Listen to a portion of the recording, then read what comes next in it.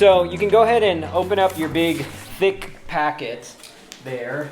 Apologies for the kind of awkward staple placement. It's all that the printer could do. So you'll just have to make do there. And you can see on the first, it's like page 3, this one here, you'll see our pretty lengthy like purpose, heart, vision statement thing there. So I won't read all of it, but I want you to read the first sentence here. It says this. It says, "We're privileged to be Christ's ambassadors, both to our city and to the very ends of the earth, spurred on by the glorious vision of the future in which people of every tribe, tongue, and nation are worshiping around the throne." So I want you to see two parts of that vision statement. And one is the importance of being Christ's ambassadors here in their particular place where God has placed us as Redeemer Church here in Lubbock, but also the biblical mandate to make Christ known in places where he is not yet named, right? And these two mandates, here you guys go, grab one of the, are we out? I got one here. We'll get some more printed for you guys. These two mandates of making disciples here and making disciples far can't be separated. So that's a lot of what we're going to talk about. I think some people see like missions as this thing that only takes away from your church. But as we walk through Redeemer Church's pipeline, I think you'll see that missions should be, sending people far, should be something that actually results in making disciples in your particular context. So that's why we kind of have the title, the Breakout, is the reach and send aspect here. So you'll notice in our packet here on the first page and throughout the entire packet, you're going to see the unreached talked about a lot, and I will talk about the unreached a lot. And it's because we have a laser-focused vision here at Redeemer. Okay, we focus specifically on sending long-term cross-cultural missionaries to the unreached. Okay, so there's lots of good things that we can do that fall under the umbrella of missions, right? Like orphanages in Mexico are great. There is nothing wrong with that. It's not lesser. We want to celebrate those things, bless people who want to be about those ministries. But given the fact that 97% of cross-cultural workers are sent to the 60% of the world that's already reached, we feel a particular burden to focus on raising people up to reach that 40% of the world, that 7,400 unreached people groups that have little to no access to the gospel. So we have a laser-focused vision, and we're unapologetic about it. And sometimes that means people want to do particular things, and they're here at Redeemer, and we say, that's great. We want to bless you, but we have very limited resources and time and people, and we are going to laser focus in on their unreached. So you're going to hear about that a lot, and I'd be happy to talk to you more about why we came to that conclusion and why we stick to that conclusion. But that's where we are. But before we jump in, I want to ask you guys, does anyone here in this room, like your church, have that kind of focused, clear, sending vision? And if you do, would you mind sharing it with us?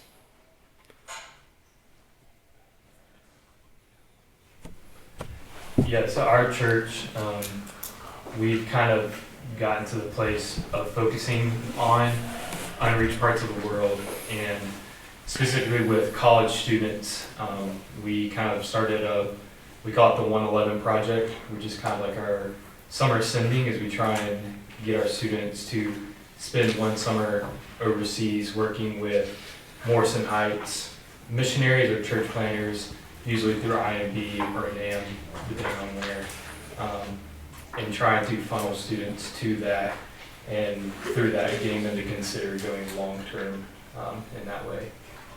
Very cool. Our laser focus has been on planting churches, and so we might support a missionary coming out of our church, but it's more focused on those who are equipping and preparing churches to be planted in different contexts. Cool. So is that international church planting National. and national? Okay, cool.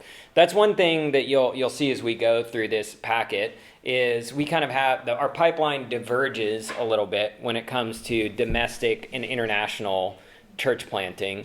Our methodologies for training and just that pathway is a little bit different for domestic and international church planting, given the unique challenges, I think, of both of those.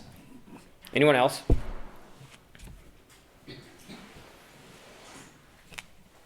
Well, one thing I hope you'll see as we walk through this packet is this is not just info about what we're doing, although it is that. It's also a workbook.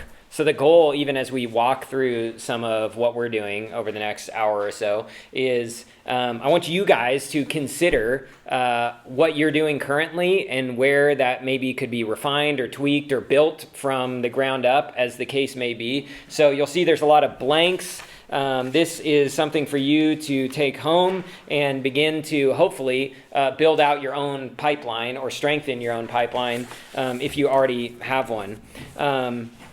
So a little bit about our history with sending here at Redeemer. So I've been at Redeemer for a little over a year now, a year and 3 months. Previously served in East Asia. I can't bring myself to say the name of the country on anything recorded, even though I probably can at this point. But was in East Asia and then came on staff here in 2020. But currently, we have 35 active career missionaries. We call them goers among the unreached. And we have 6 more who are currently raising support to go to South Asia, Middle East, Southeast Asia right now. And since Redeemer was planted, we've sent out 67 personnel. So that honestly is incredible. Like, I'll just throw that out there. And that's not bragging, because I had nothing to do with any of that. I just walked in midstream, right? But God has been doing something incredible in and through Redeemer over the 13 years or so since it was planted, since 2008. That's a lot of people from a church of this size. So I think there's some unique stuff that we're doing, and hopefully we can share that with you and you can learn a little bit from it. Something that is unique about our context is the college context, and this is part of why collegiate church planting is so strategic, because these are the most mobilizable people. Also, Lubbock is unique in that Lubbock is not a place that people typically come to stay. People come to Lubbock with the intent to leave, usually. And that makes it great to send. Brandon standing outside the room and shaking his head disapprovingly. I love Lubbock. I'm not from Lubbock. But it is typically not the place that people come to set down roots, which makes them also very mobilizable. But if you have access to a college campus, and can begin to raise up disciples, you also have this kind of endless stream of new people every year that you can be not only reaching for the sake of the gospel, but then equipping them to make disciples here and then among those who have never heard. So it's a really unique and exciting opportunity. But we've also sent families as well. Just this past year, we sent a family of 6 to Southeast Asia. So that's really exciting. But let's jump into this packet proper. Turn to page 4. Some of you are already there. I see. You'll see the Ethos Wheel. So you can see at the center of this Ethos Wheel is send Redeemer, right? Sending. What I want you to take away from this is that, like, missions, sending is not a silo at Redeemer, just a tack on ministry area, but it's the center of absolutely everything that we do. So youth, for example, came to us just a few weeks ago and was like, hey, we want to take youth on a short-term trip, ideally to an unreached area of the world. And it's not us going to them and saying, hey, you guys should really care about the unreached, that kind of stuff. they get it, and they want middle school and high schoolers to be on board with God's heart for all nations. They actually had 3 families, some of whom are back on stateside. One family is currently headed to the field, and they had those families and their kids talk with all of the middle and high schoolers about what it's like to live as a cross-cultural missionary family. And that's the kind of stuff, I didn't find out about that until after it happened. Like, I saw a picture on social media and I'm like, what? That's awesome. But that's because sending is at the heart of all that Redeemer does. You might have heard it when Dusty kind of shared the history of Redeemer. He planted this church with the goal of sending people to the unreached. So if you do not view your ministry this way, your church this way, it is always going to be a struggle. You're always going to see sending as a loss because it's another ministry area that's pulling people from other ministry areas. You'll lose your good college leaders. You'll lose your good, youth volunteers, and you'll constantly be battling for stage time and funds and all this stuff. But if the whole church exists for the purpose of making disciples, both here and to the ends of the earth, then it's just one giant organism that works together well. That's the way we view it, and I would challenge you to see that paradigm shift as well, because it really is a paradigm shift. It's not just another ministry area. It's the center of all ministry areas. And if you're a lead pastor in here or in a senior leadership position, this starts at that level. Like, I've never had to fight for sending with our executive team. They're all 100% on board behind us in terms of resourcing and whatever else we need, stage time, announcements, all that kind of stuff. And when there is that battle where missions folks, sending folks are battling at the executive level, having to constantly cast vision and remind people about the unreached, it's really going to be an uphill battle. And your people are going to be feeling defeated as they're trying to cast vision for the nations. So I challenge you, you can see there on page 5, there's a blank Ethos Wheel. I challenge you to consider what's at the center of your own Ethos Wheel, all of your different ministry areas, what's actually driving the core of your church. Before we jump into our pipeline proper, could anyone share with us what you think, if you're honest, is actually at the core of your church? What is driving all the other ministry areas? What are all other ministry areas working towards? What does that look like in your context?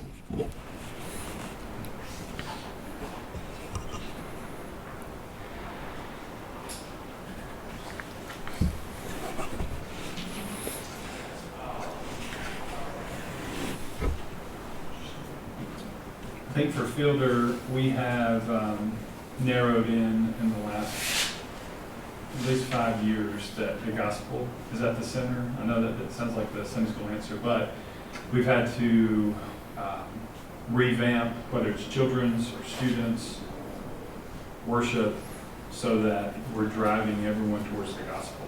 All our services end with the gospel, end with the Lord's Supper, so that we remind people it's not about you doing better, it's about the gospel. So that's the center of Fielder. That's sweet. Yeah. And yeah, that's not to say that we're not, our mission statement is, I feel like I just got Jesus juke big time by you. Well, our vision is we inhale and exhale the gospel and make disciples who do the same. So again, that's kind of the crux. We're trying to build everything around that. So that you asked, well, that's at the center of our wheel. That's Yeah, that's sweet. Our mission statement or identity statement is we're a gospel-centered, so gotcha, missional family of disciples making disciples. So I think it's an outflow of the gospel for sure. Yeah, I think if ultimately the gospel is not in the center, what are we sending people to do, right? Yeah, for sure. Anyone else? Yeah. As a college ministry, kind of because we're all in collegiate ministry within the church as a whole, but we really have a kind of say oversight over the college stuff. We kind of refine it down to one word of develop so that we can send. But when we thought about if we had to say one word, kind of just like start with a big sentence and then kind of just work your way down. We got to develop. And so it's not just like send, but it's like we're developing students for the time that we have them so that we launch them out as developed disciple making disciples, or what's the word is? Disciple makers. Yeah. So, Very cool. Anyone else want to share? Let's look at page 6. You can see a kind of overview, 30,000-foot view of our pipeline. And you'll see, speaking of the domestic and international church planting thing there, you'll see the middle part, which says development, that kind of red part, orangish red. That's where the pipeline kind of splits off. So the first part, and what we'll talk about here in just a moment, is the stepping stones part of our pipeline, which is like the whole church engagement stuff. So we're constantly trying to stir up the dirt, so to speak, engage the entire body of Redeemer with God's heart for the nations, and begin to make people more passionate about making disciples, maybe engage people for the first time who've never heard about the unreached, and then that kind of funnels into the later segments of our pipeline, which I'll get into in a moment. But page 7 goes into a little bit more detail about what kind of makes up those stepping stones there. But why do we need stepping stones? Can anyone tell me what like mission sending typically looks like? What does it typically look like for you guys? So mission sending typically in just the normal American church looks like someone just raising their hand kind of out of nowhere. Maybe there's the one mission sermon, but they kind of just raise their hand and say, I maybe want to do this. And then the church goes, okay, yeah, let's go to imb.org and fill out a form, and they'll email me, and and then we'll figure it out from there. That kind of thing. It's usually like this, just waiting for people to raise their hand kind of process, and that's okay. It's better than nothing, surely, and the Holy Spirit uses people in that way. That was kind of my story, but. We can actually be a little bit more strategic in helping people begin to take small steps before doing what I did, which was having never even been on a short-term trip, just committing to going overseas, right? Which usually is a recipe for disaster. And praise the Lord, there wasn't in my case, but often doesn't work out great. You'll never see sending like the amount of people that we see sent out every year from Redeemer if you're just waiting for people to naturally raise their hands. Also, you'll see really high levels of attrition, and we'll talk about that in a little bit, how our PreField Development tries to stave off some of those really, really high attrition rates, like 73% to be precise, of people not completing even their first term, coming back before 2 years are even up. But so what we want to do is we want to be proactive. We want to constantly be slow dripping vision for sending, both domestic and international. And that is both in terms of going and being a sender. So you heard Dusty say that our students are challenged every single year in a conversation with a leader. Are you going to go to the unreached? Are you going to be part of a domestic church plant? Or are you going to be an all-in church member, which means sender, right? That's we're trying to cast that vision as well. And so we're doing this constantly, and you'll see some ideas of ways that we've done this in the past. And our stepping stones, one thing I really want to point out to you, you can turn to page 8. There's another list there with a little bit more detail about what we do. These are not one time during the year. So it's not like we just have missions week, put all our eggs in that basket, hope people are there during that week, and if they miss that week, well, that was all our mission stuff for the whole year. We're just slow dripping it constantly throughout the year. So right now, we are doing cultural exchange, which is a partnership with Texas Tech, which is where they get their students to sign up. We get our people to sign up. We match all of our people with these students from Tech, and they commit to meeting together once a month just to do literally anything, have a meal together, go to a fair or whatever, watch a movie over the academic year. So it's super simple, and for a lot of people in Lubbock, just your average church members, families, this might be the first time that they've had a lot of close interaction with an international. And so this is transformative as much for the families as it is for the international students. And I'm sure you guys have heard the statistics, like 80% of international students never set foot in an American home during the time they're in the United States. And that just doesn't sit right with us, especially because God has blessed us with this huge amount of people who have come here. Just this year for cultural exchange, there were 13 Indians, 5 Pakistanis, 5 or 7 people from Sri Lanka. I mean, just these amazing 5 Iranians. I mean, people from places where we could never go, who have come here and they're like, yeah, I'd love to learn about your culture. Yeah, sure. Tell me about what the true meaning of Christmas is. All these kinds of things. So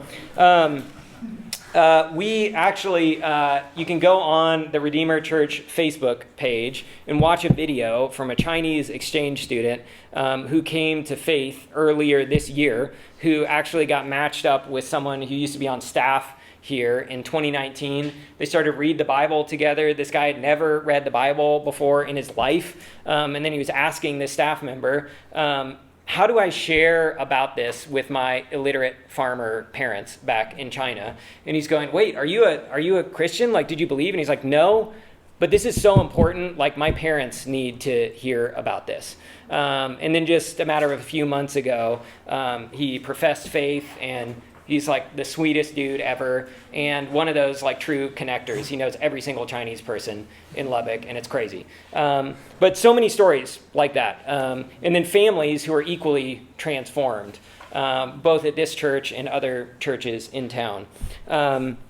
We're also, last year, we tried to get back off the ground English conversation groups, which was not a strategic time in the middle of COVID. So hoping once things die back down again, we can get those off the ground. Again, just another touch point for people to interact with internationals, have spiritual conversations, that kind of stuff. We do Secret Church every spring. Did anyone here do Secret Church at their church this past year? It was just incredible this past year. It was all about the unreached. So it was like so great. Also, for whatever reason, God was just drawing an insane amount of people from Redeemer into it this past year. We sold out like 3 times and kept having to like buy more seats for that.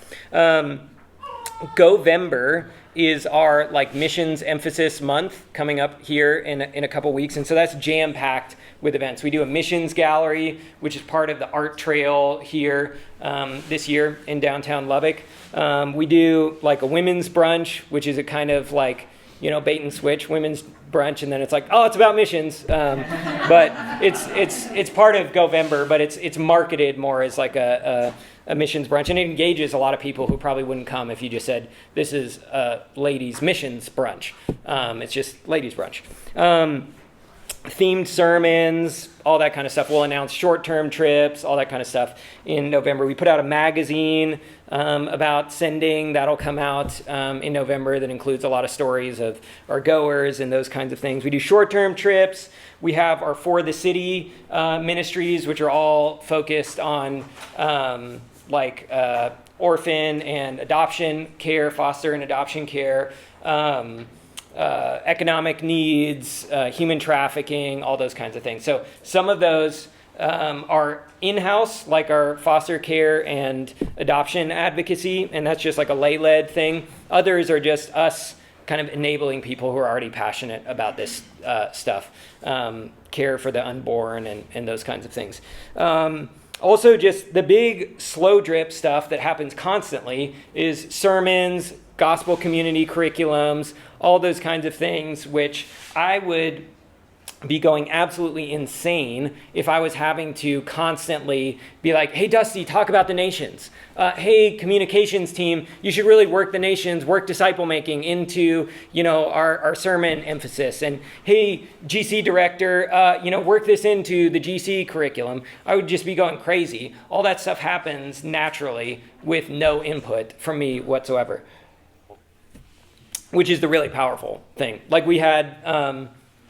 in the GC curriculum right now, they're talking about the importance of being healthy and active disciples who demonstrate and declare the gospel. And part of that is actually making disciples, sharing your faith. And so we had an evangelism training that our MOB team put on a couple weeks ago. And they, as a result of that, one person went through that, a college student, and now she wants to train her whole small group of 30 to 35 people in how to share their faith. So it's that kind of organic multiplication that's the real secret sauce.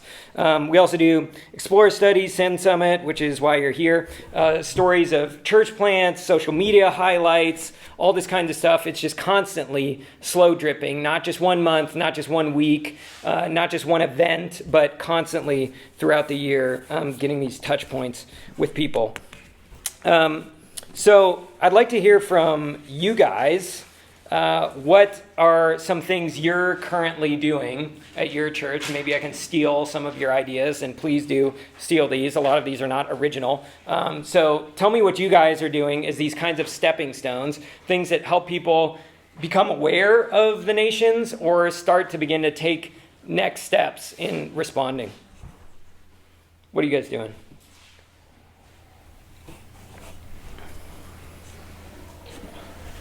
So during Christmas time, our church has a Christmas offering, and so each week's a highlighting just a mission partner, domestic or international, that we're designating part of our offering towards. And so it's basically runs from Thanksgiving to January. We're just kind of bringing that up of who are our partners, domestic and international as well. And then also just whenever they're in town, bringing them up on stage and just pointing, hey, this is what they're doing, or if someone's leaving, commissioning them in front of the church. That's awesome. That reminds me of one thing that I didn't put in this packet because it's something we've restarted more recently, is Goer of the Month. So each month we'll highlight a team because we have so many, we wouldn't be able to highlight every single individual family or single. It'd be you get once in 3 years. So instead of doing that, we're doing teams. And what we're doing is getting an audio clip of them for security purposes. It's a little bit better than video. Of them sharing about what they're doing and some prayer requests, and then praying from the stage for those individuals, for their prayer requests on one Sunday each month. And then the rest of the month, we have a slide on rotation that mentions who they are, usually a pseudonym, and then the general area of the world where they're serving. We try to get their advocacy team leader, which is a small group that comes around that goer to care for them. Their advocacy team leader or someone on their advocacy team pray for them from the stage and lead the congregation in doing that. And we'll do that in all 3 services, one Sunday a month. And that's really helpful because, it's easy to forget about these people that are on the other side of the world, and you see them maybe once every 5 years, if even. Yeah. What else? What else are you guys doing to stir up the dirt, have these stepping stones? One thing that our church is doing, we just started this semester, we call this thing called the Upper Room, and it's a once a month kind of worship night / prayer night for unreached peoples, and we have it at our church for our college students. And we also have a time of teaching. Dr. Jerry Rankin, he goes to our church and lives in Clinton. So he visited our team actually in China. Really? So, yep. Led a Chinese international student to faith at your guys' church who was in his Sunday school class, who moved back to our city. And Jerry Rankin somehow got into China and came to our city to visit that dude. So, yeah. That's cool. Yeah. So he jumped on. He also leads Sunday morning stuff with our college ministry too. And so he's kind of developing relationships with our students. But we have one this Friday night, and he's talking about understanding the call and trying to push our students to serving this summer, and kind of like a stepping stones of getting people to do like short-term trips, and then like a month-long trip, and then summer and hopefully longer after that as well. That's awesome. What a great resource. Just, Huge Yeah. blessing. yeah. Hey, what is CP8?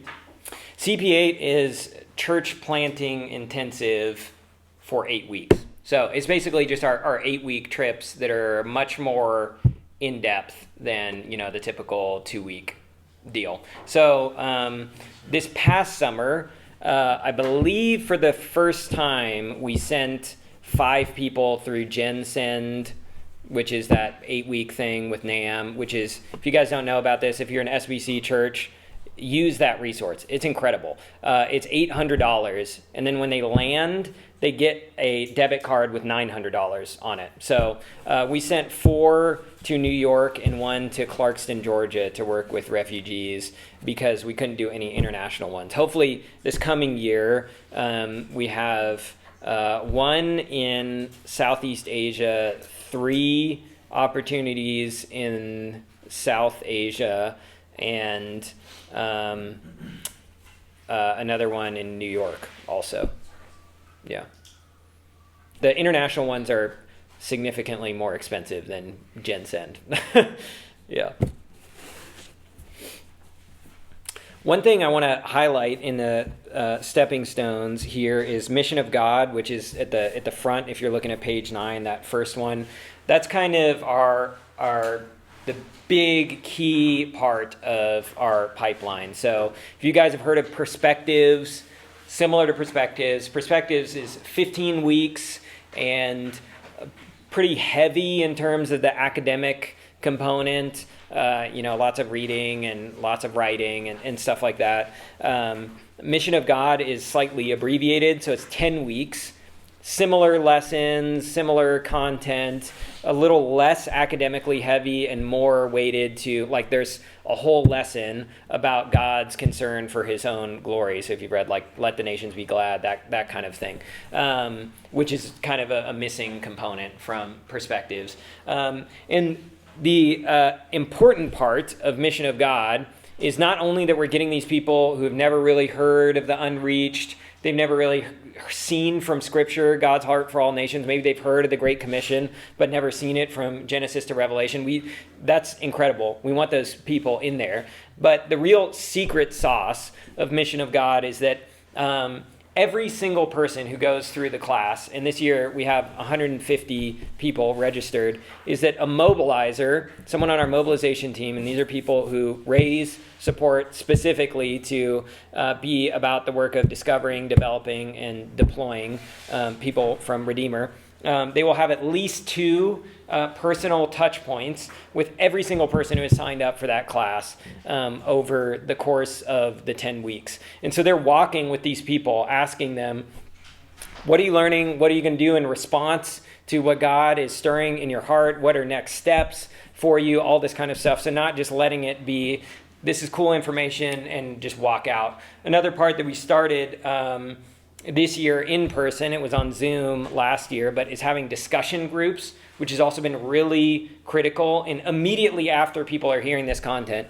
most of them for the first time in their lives, being able to sit down with other people and talk through what they're learning and what they might do in response. We also try to make it as acceptable as possible. So, like, keep the cost low, provide dinner, provide childcare with a full-blown kids program that's like a mini version of Mission of God for kids, giving away textbooks, all that kind of stuff, just trying to keep it as accessible as possible, giving a significant discount to college students, all of those kinds of things. So I think if you guys, does anyone here do Perspectives at your church or something like it, some kind of missions class? Yeah? What do you guys do at Fielder? We just started Explore Missions. It's some IMD curriculum, but we take it and kind of adjust it to reflect some of our language. But in that same vein of, we had done Perspectives for several years and partnered within our Arlington community for that, but just found like it was not a stepping stone. It was a jump to say yes to Yeah. it. And so we try to create something that was a little bit easier to step into. So Yeah.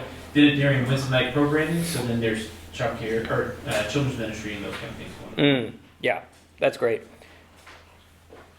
With all of these stepping stones, we want it to feel like a natural, small next step and not a giant leap across a chasm.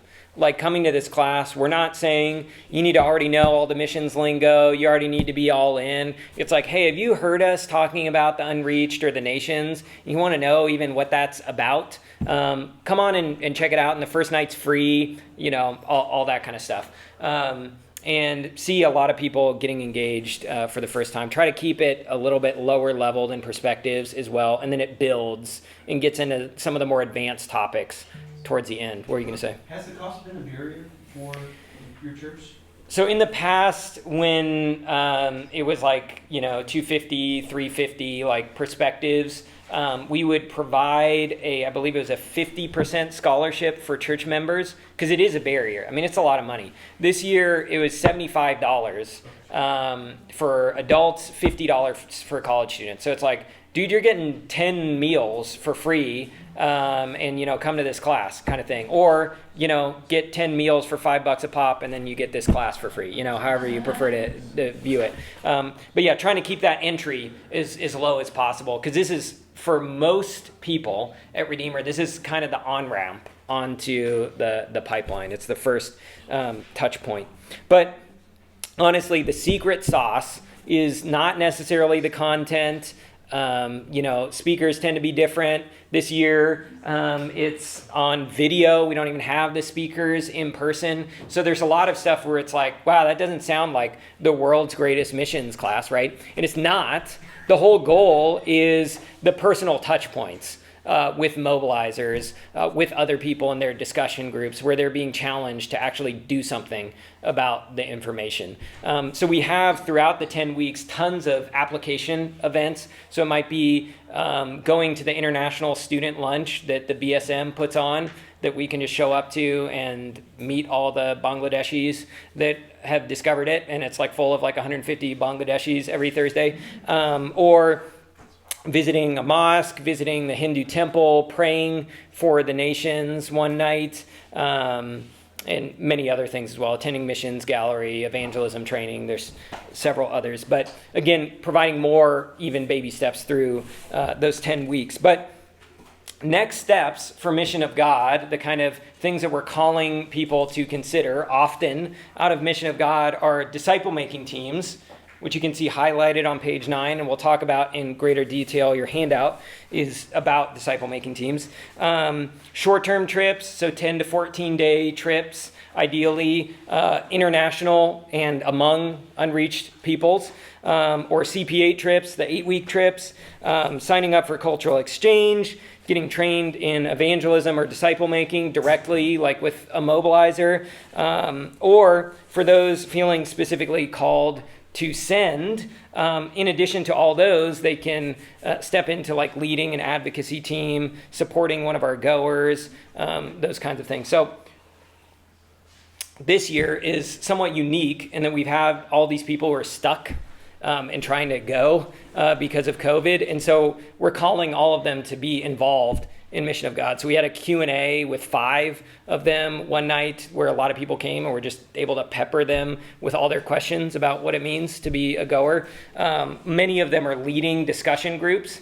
And so out of that one night, someone after the discussion group went to the goer and said, hey, I just really feel called to like support you guys financially.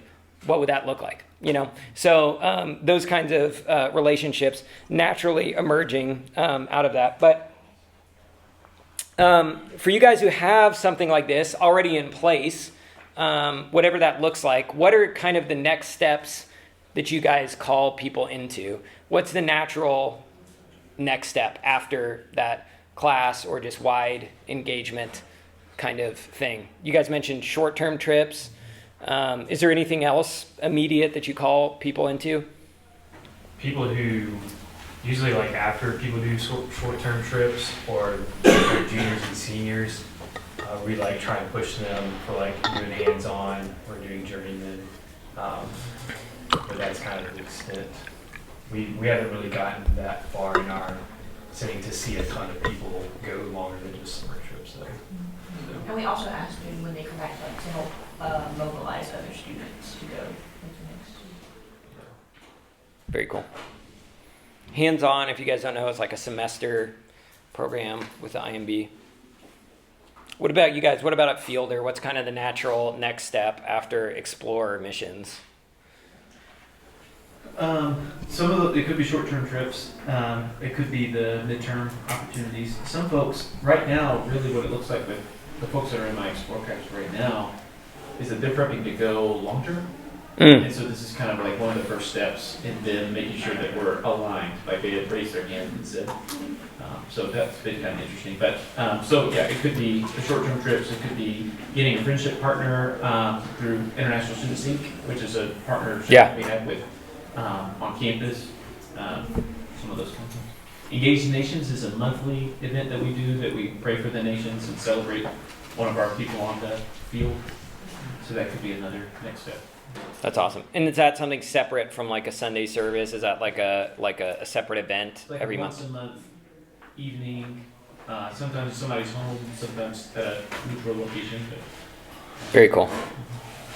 And one of the neat things that Richard has done that may be helpful for, like a Morrison Heights or somebody who's focused on college specifically is we've backed up our short-term sending, our mission trips to sixth grade, and each grade has their own mission trip. Sometimes we combine seventh and eighth or ninth and 10th.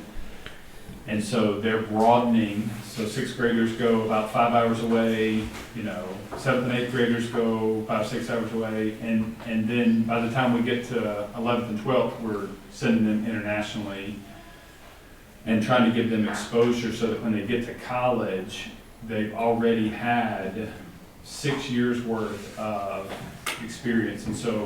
And we tell our partners that we're sending them to, even our 12-year-olds all the way to 18, recruit them, like cast vision, plant seeds, invite them to come for a summer, invite them to come to your city for college to be a part of what God's doing there so that they choose mission over mascot. So again, we just try to back the runway up. And so it's been incredible to see a change in our student ministry and in parents, because our biggest barrier to sending was our parents, not the students or college students.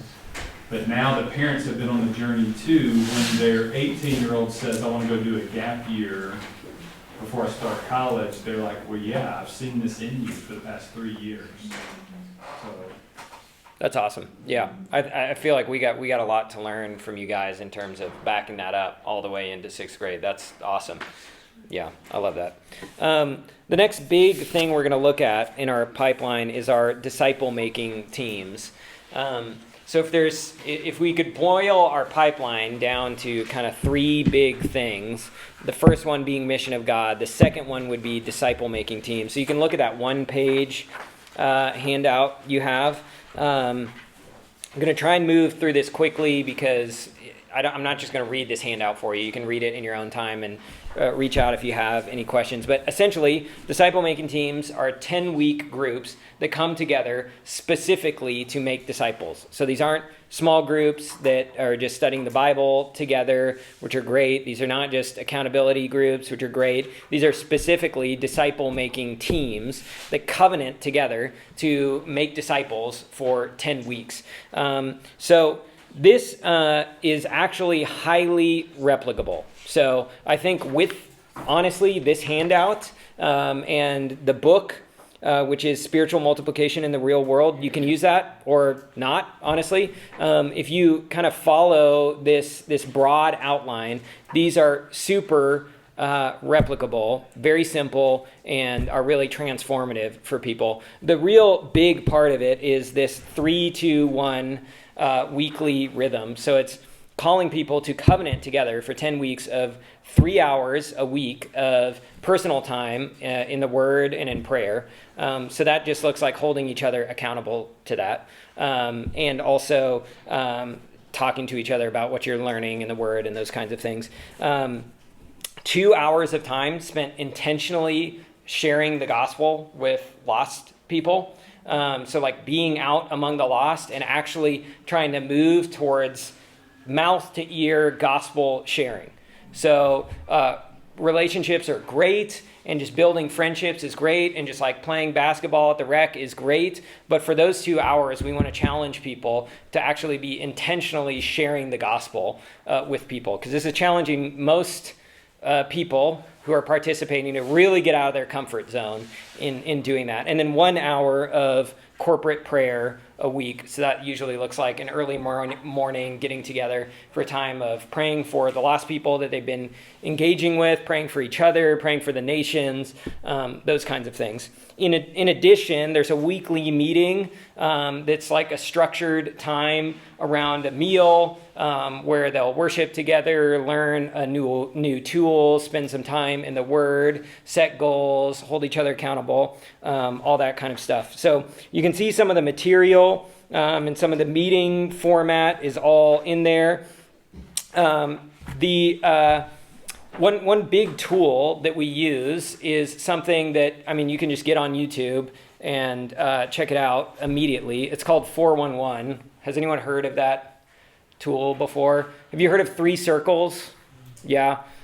So 411 is kind of just a little bit more of a comprehensive tool to learn how to train someone in something like 3 circles. So it's 4 questions on one piece of paper in 1 hour. That's like the 411 kind of acronym there. And it teaches people why we should make disciples. And it's because it's our identity as new creatures in Christ who are also ambassadors. And so you help someone see that from Scripture. So it's not just, you should feel guilty, tell more people about Jesus, right? That's not effective or biblical. This is why we should make disciples, who we should start with. So it helps people see all the lost people around them that they have relationships with, what we should share with people. So it teaches them 2 tools. One's 15-second testimony, which is exactly what it sounds like, sharing your testimony in 15 seconds. Super simple, really easy to learn. And then 3 circles. And then the when is the last of those 4, and it's just helping them set goals that you can help hold them accountable to. So it's a super simple training that they learn during those 10 weeks, and then we challenge them to train like their friends, their roommates, their classmates, the people in their gospel communities and then we do things like give people these 3 circles, stickers. But the big part of these 10 weeks is that people are seeing all these things modeled for them. So it's not like, we're just going to tell you how to share your faith now, go out and do it, and come back later and tell me how it went, because most people won't do it. That's freaky, right? So what we do is have the people who are leading these 10-week groups, who are people who are either mobilizers or they're people going through our 9-month missionary training program, which we'll talk about super briefly in a second. They are going out with these people to Walmart or Costco or campus or wherever, and intentionally starting spiritual conversations with people and sharing the gospel with them. And the way we do it in our context is definitely not replicable everywhere. This would not have worked in China. You would have gotten kicked out real fast. But it works here because we can do this kind of stuff. And it actually is being used in South Asia, we found currently, this exact method, which is care through prayer. Has anyone heard of this? It's super, super simple. Sounds crazy when you first hear it, but it works, let me tell you personally.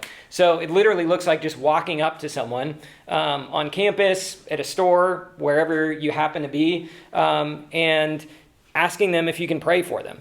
And often people are kind of like shocked at first, or they, bust out in tears and are like, thank you so much. I can't believe you would ask me about that. But it looks like praying for those people right on the spot, hearing kind of their needs, relating to them, praying for them on the spot, and then saying, hey, the reason I do that is because there was a time in my life when, and you share your testimony, and then it just naturally transitions into the gospel. And so just this past week, one of our mobilizers was sharing with a dude in the cookie aisle at Walmart, and just encouraging our mobilizers to model this simple method for our people going through our training program. Like, just run the play and see what God does with it.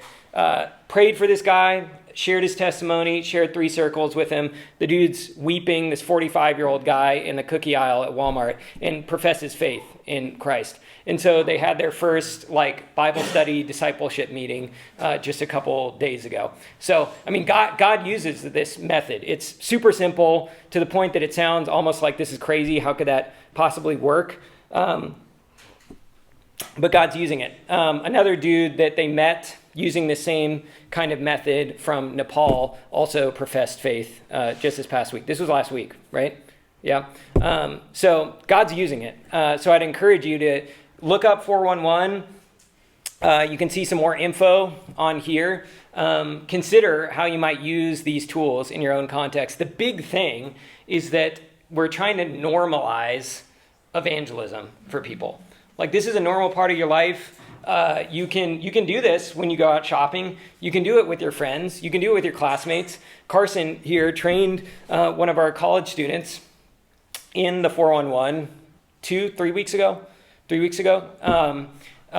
Challenged him. The end starts with, or the end of 411 is asking, who will you share this with? When the guy shares with a classmate the next day, classmate professes faith, and they just had their 3rd discipleship meeting with this guy. So this college student never really shared his faith before in that kind of context, definitely not using this method, sees the guy profess faith the first time he ever shares, which is like, what a great start, right? Praise the Lord. But then Carson's also getting to disciple this guy and what it looks like to actually make disciples in a way that this new believer who's unchurched can actually understand. So instead of bringing in all kinds of things that he's heard from all the sermons in his life, just saying, what does the Bible say about repentance? What does the Bible say about believing? Those kinds of things. So that's kind of DMT in a nutshell. We have evaluation and next steps built into those 10-week groups. So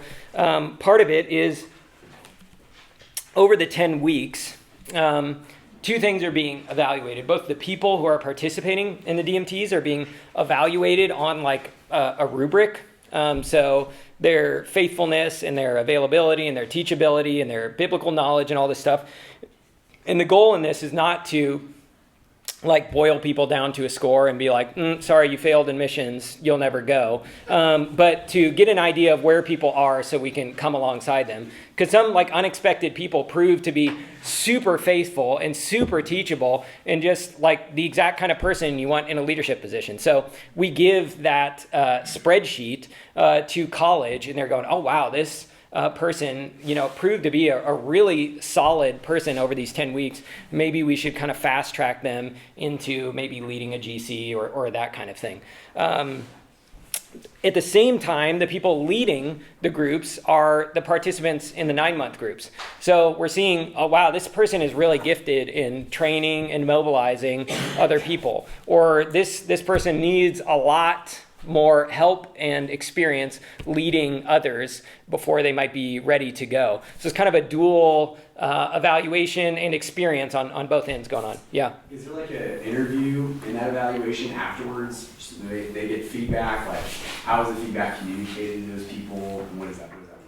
So Brandon can speak into this as well, but mobilizers are having personal contact with all the people in the 10-week groups. So the 10-week groups are not something that I should have made this clear in the beginning, not something that's announced from stage, not something that we're saying, hey, fill out this form, everyone in church, sign up for. These are people that are personally invited by mobilizers. So the way to even sign up is a link from a mobilizer. So all of these people, the mobilizers already have a personal relationship with. But Brandon, do you want to speak into that question a little bit? Yeah, so just in the process of the people leading these groups are our go-er candidates who are discerning a call to go to the unreached long term. And they don't only need to know how to share their faith, but they also need to know how to multiply into other believers this obedience to Jesus and also sharing their faith. And that's what you'll be doing on the field when you see new believers come to faith, like in Mumbai, and now you're going to train them to do the same thing. So if you haven't done that here, you're going to do it there. So that requires a level of coaching that helps them along. So all through the 10 weeks, they're being coached and leading others in the process of their development. So we have a good gauge on how someone's doing, but it's almost impossible to have that in real time for all 80 people in this program without like a rubric or a metric or like what are we even aiming for? So it's just something that they're assessed in ongoingly, but then scored in at the end of the 10 weeks so that we have a good picture of how people did and how we helped them.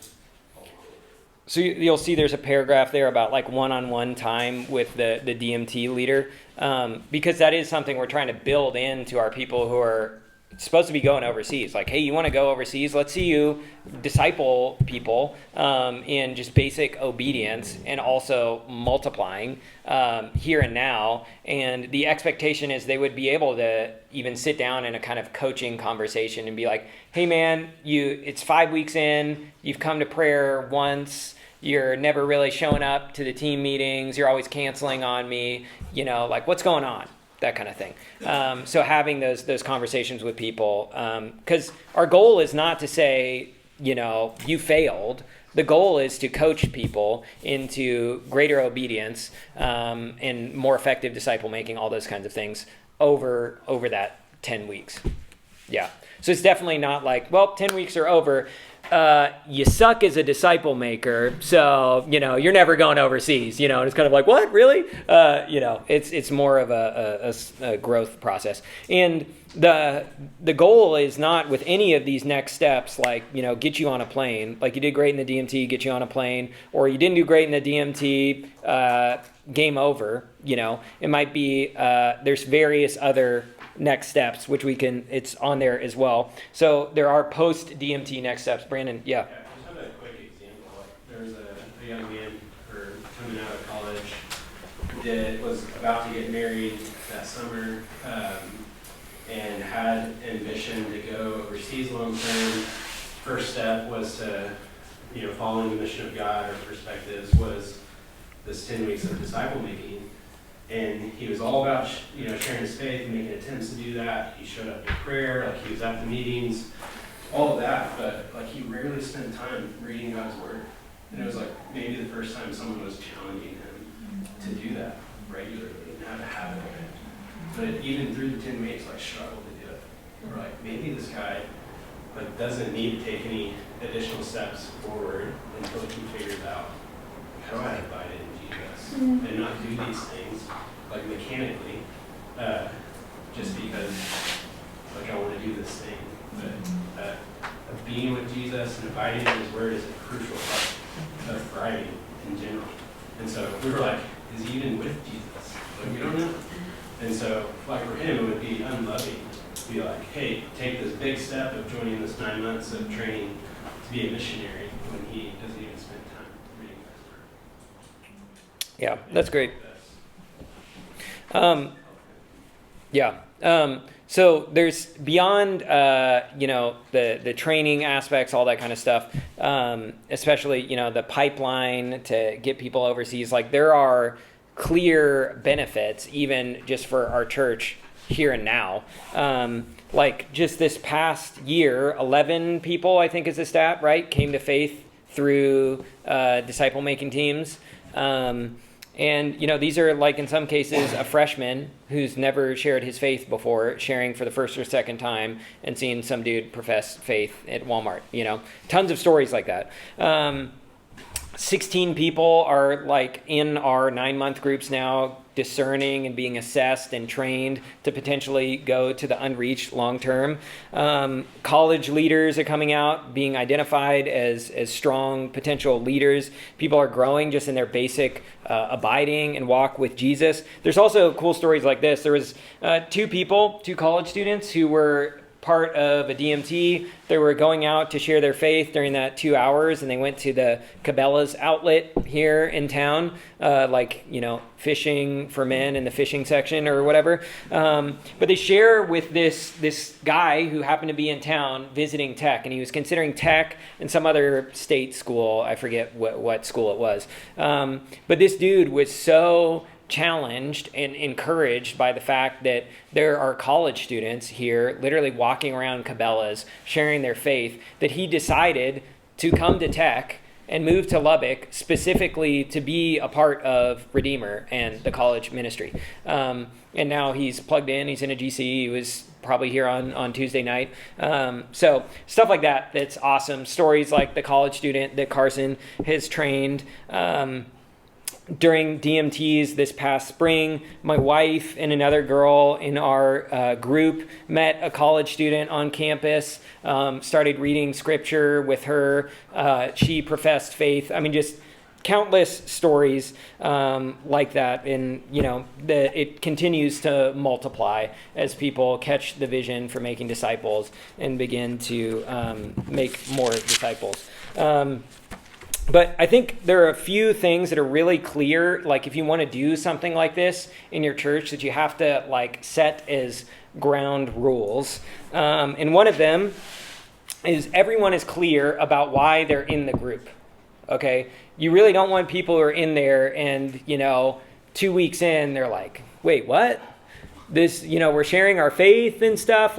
There might be that case sometimes, but we want people to come in with eyes wide open, knowing what they're stepping into, knowing what they're covenanting to do. It's also not just mere evangelism. So when we're going out and sharing our faith with people or sharing their faith with classmates, we're not just calling people to just, have people say a prayer and that's the end of it, but actually making disciples. So part of the tools that they learn over those 10 weeks are how to actually walk with a new believer after professing faith. It's also not just a one-off experience where people come together, they have a kind of transformative experience, they get really moved, and then that's it, and the flame kind of dies off. But it's something they're doing consistently over 10 weeks. So partway through, they probably start to hit the wall where they're like, man, I just don't want to get up at 5:30 to, make prayer at 6 a.m. And I really don't want to take 2 hours out of one night, a week to go share my faith. But helping people through abiding in Jesus press into those difficult things that Jesus calls us into as his disciples. Also, the next steps are very clear. So every DMT leader is meeting with someone, talking through what their next steps might be. They're also meeting with mobilizers who are talking through next steps with them. So what I want you to do, kind of tight on time, but take 2 minutes around your table, and I want you to brainstorm with the people around you about how you might integrate some of these things that we talked about in disciple-making teams, in your own context, in your own ministry. What might that look like? Take 2 minutes to do that.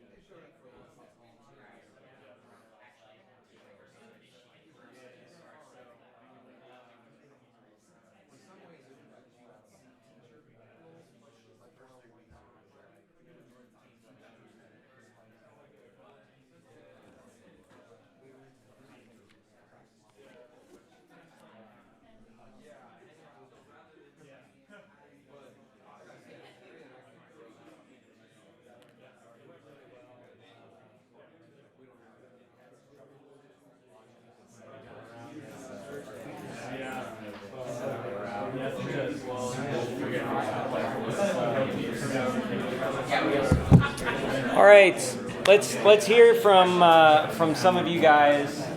How might you integrate some of this into your own context? What might that look like? Something that Brandon just clarified too, if this wasn't clear, the 2 hours, the idea is not like, you share your faith for 2 hours over 10 weeks and then like, okay, that's it. You've shared your faith for 20 hours, you're good for the rest of your life. But building that habit of seeking out new lost people and sharing with them. Yeah. I'm sorry, I'm not sure if this is on the same conversation, but I wanted to ask this earlier too. Yeah. Is that one of the things that we kind of run into with our culture is that we've got a university campus that is an easy gathering place to meet people, to be able to share the gospel pretty regularly. But outside of that, when people say, well, that doesn't fit, or I don't fit into that context, or that would be unusual for me, the easy answer is as you go. So like as you go to the restaurants or the stores that you go to, well, what have you been training people to say, like, here's an intentional way that we could connect and meet with people? And have you seen, like, and I'm specifically talking about adults that feel like a little bit more disconnected. Have you seen them kind of catch on to that to be able to share their faith more actively? Yeah, I think the whole care through prayer model is surprisingly replicable in a variety of situations. So it's often the case that in a conversation with someone, they're sharing something difficult that they've been through recently or something like that. And I mean, even, just getting my hair cut the other week, the lady's talking about her kids. And it's very easy to transition from that to be like, hey, would you mind if I prayed for that need of yours?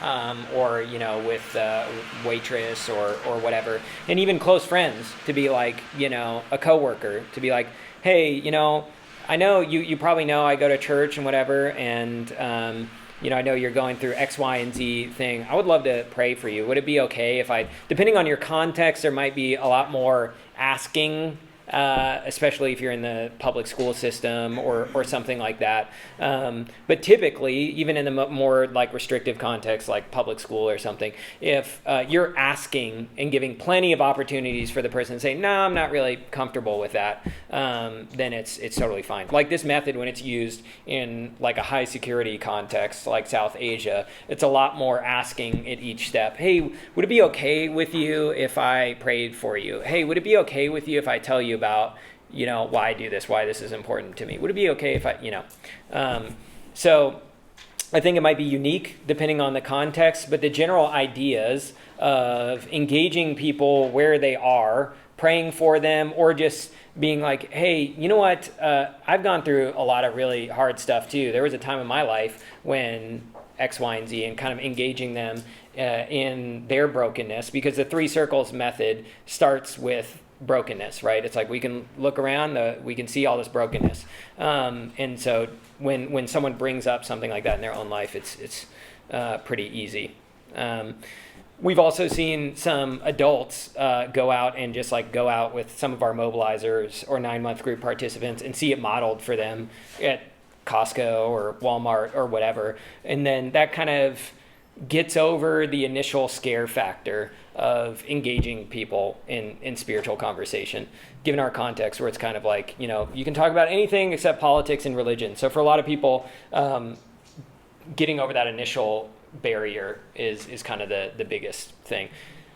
At our evangelism training just a couple weeks ago, I don't know what the exact breakdown was, but it was a lot of non-college students, a lot of adults who wanted to learn more about how to share their faith. Because, these kinds of stories are shared regularly. Baptism testimonies from the stage, all that kind of stuff. We regularly hear about people sharing their faith or coming to faith because someone shared their faith with them, that kind of thing. And so people are like, I want to learn how to do that.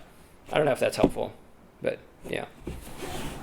I have a question. You mentioned that the people who attend disciple-making teams are asked personally by a mobilizer, and you said mobilizer several times, and maybe somebody has defined what that is, but what is a mobilizer, and how does a person here become a mobilizer? Yeah, so we have a team that's embedded in our church through an organization called Launch Global. So mobilizers are people who raise, support, and receive training through Launch Global, and are full staff members, but are support raised and receive their training through Launch Global. And Launch Global exists to train people how to do these kinds of things. Start and lead 10-week groups, lead the 9-month missionary training program that we call Launch Communities, walk with people as they take steps towards the field, all that kind of stuff. That whole discover, develop, deploy kind of thing. So in our context, mobilizer is a very specific job description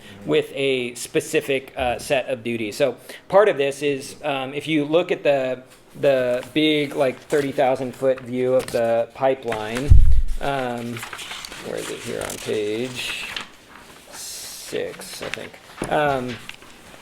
This part right here, the bulk of the training part, kind of the end of the stepping stones, and then getting into the pre-field development and then into the deployment process, that is where our mobilizers live. So part of what my job is working on all of the kind of wide end of the funnel, the stepping stone stuff that's engaging the wide body of Redeemers, so that mobilizers can focus on that discover, develop, deploy process. Because it would be very easy for those 8 mobilizers to spend all their time planning short-term trips, planning and executing classes, doing all that kind of stuff that's good and important, and that's why we do it, but then they would have no time to walk with people who are taking steps towards the field. So in our context, mobilizer doesn't just mean someone who's just cares about missions and is mobilizing people towards the field, but that kind of specific job description. And one of our mobilizers, or Brandon, would be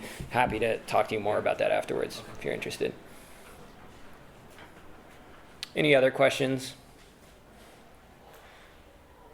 So just to give you some context for our pipeline, so we talked about Mission of God, we talked about DMTs. Just to give you a rough idea, generally, historically, about 60 to 70% of people who have gone through Mission of God step into one of these DMTs, the 10-week groups. Right, so 60 to 70%, roughly. And then roughly 25 to 30% of people who go through DMTs begin to take next steps towards the field, which in this case means stepping into one of those 9-month groups. So what that means is we're constantly trying to engage new people. So the last thing we want to do, which also is unfortunately very common and easy, is you get this kind of core of people in your church who love the nations, they're passionate about missions, they want to see Jesus worshipped among all peoples, and it just stays that core group, right, of like 50 people or whatever. That's great, we love those people, but we want to constantly be engaging new people. So what really excites me in my role is when I see people like signing up for Mission of God, and I'm like, I've never seen this person's name before. I don't know where they came from. Those are the kinds of people that we want to be engaging. Or like Missions Gallery, and I'm seeing people and I'm like, I've never seen this guy before. This is awesome. These are the people that we want to be engaging with these stepping stones. Or else you kind of get all those missions people who are excited, get them in the DMTs the first year, a couple of them, maybe they take steps towards the field, maybe not. And then it's like, okay, we're done. We got, we did it with them, and that's it. So you're constantly having to cast that net again and stir up the dirt again, constantly throughout the year, every single year, to engage those new people. So another question for you guys, because I'm stealing all kinds of ideas here. This is great. What do you guys do to engage new people specifically? So not people who already know about missions, not people who are already sold. You're not preaching to the choir, but people who are totally new. What are you doing to engage those kinds of people?